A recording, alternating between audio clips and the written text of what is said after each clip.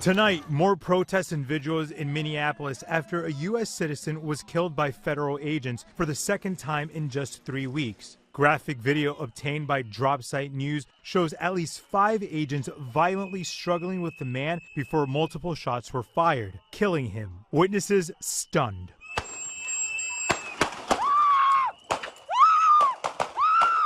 That man identified as Alex Preddy, a local nurse. His father says he thought it was terrible, kidnapping children, just grabbing people off the street. He cared about those people, and he knew it was wrong. DHS says agents were conducting a targeted operation on an undocumented immigrant when Preddy approached Border Patrol agents with a 9mm handgun. They released this image of a weapon. Police say the 37-year-old was licensed to carry a concealed weapon. I mean, this is an extraordinarily sad day.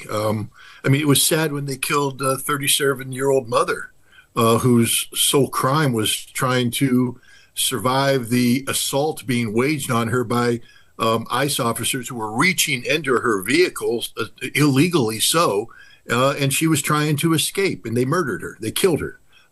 She wasn't gunning after anybody, seeking to assault anybody, and anybody who says that is, frankly speaking, I have to be careful what I say, but there's a mental illness that's afflicted the American people, and it's the mental illness of power, and the need. We've seen it how we operate overseas. I've been very critical of this. How people who could be law-abiding Americans here can go to Iraq and shoot a man for crossing the street, or shooting a farmer for approaching their checkpoint, or just barging into a home and slaughtering a family and walk away and think nothing of it. It's an indifference to humanity. It's an indifference to human life that exists as in the way America interfaces the world, because it's us versus them.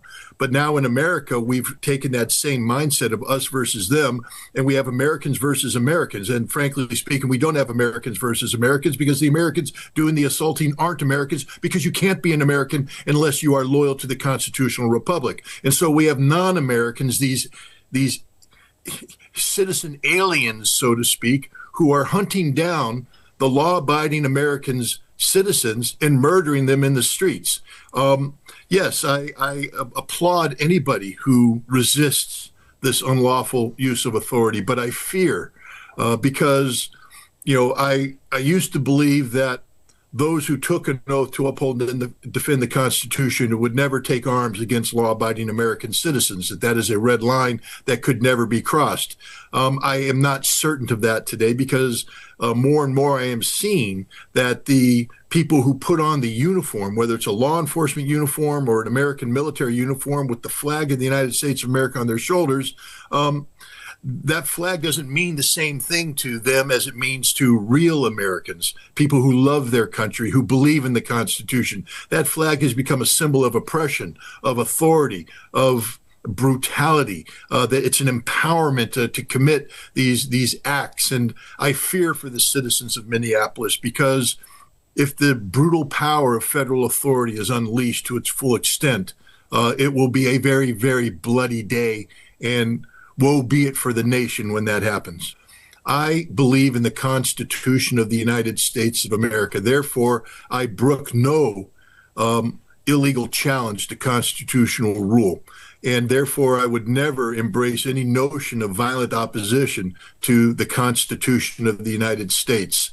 But when the Constitution ceases to exist, and the government that is carrying out its actions is so far removed from constitutional authority that it ceases to be recognizable as a government, one can only fear what the consequences of that could be. The Second Amendment gives every American a right to bear arms, and it is derived from the necessity of an armed citizenry to prevent tyranny from being lorded over them by governments that have lost faith with the people. And if you look at what happened in Minneapolis, one can only say that the government has lost faith with the people. And again, the consequences of that are horrifying.